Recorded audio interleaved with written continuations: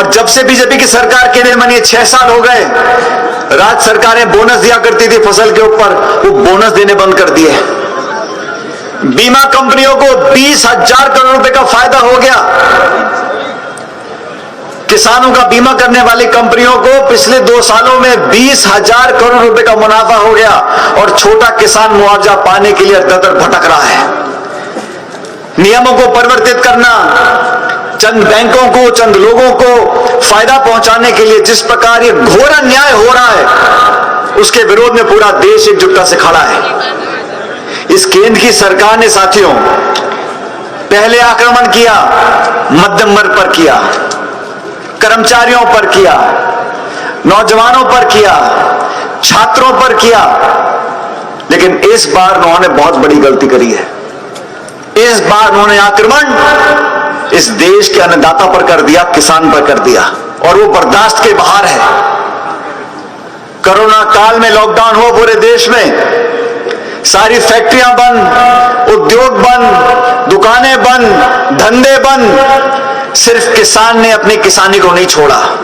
किसानों ने अनाज पैदा किया, आज भंडार भरे हुए हैं। हम लोग ताकत से खड़े होकर दुनिया का सामना कर सकते हैं क्योंकि हमारे किसानों ने मेहनत करना नहीं छोड़ा। आज उस किसान को चेतावनी दे रहे हैं, उनको अपशब्द बोल रहे हैं, मीडिया में प्रचलन हो रहा है, अलगाववादी हैं, माओवादी हैं, नक्सलवादी हैं, आतंकवादी हैं। वो किसान जो देश का पेट पालता है, उसकी अवमानना हम कांग्रेस पार्टी बर्दाश्त करने वाले नहीं है।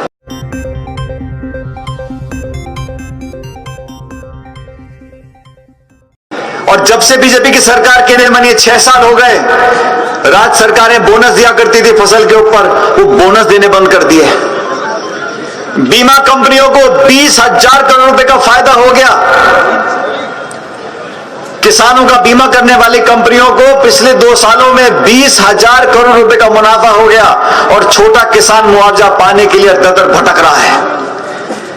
नियमों को परिवर्तित करना, चंद बैंकों को, चंद लोगों को फायदा पहुंचाने के लिए जिस प्रकार ये घोर अन्याय हो रहा है, उसके विरोध में पूरा देश एकजुटता से खड़ा है। इस केंद्र की सरकार ने साथियों पहले आक्रमण किया, मध्यम वर्ग पर किया, कर्मचारियों पर किया, नौजवानों पर किया, छात्रों पर किया, लेकिन इस बार उन्होंने बहुत बड़ी गलती करी है। इस बार उन्होंने आक्रमण इस देश के अन्नदाता पर कर दिया, किसान पर कर दिया, और वो बर्दाश्त के बाहर है।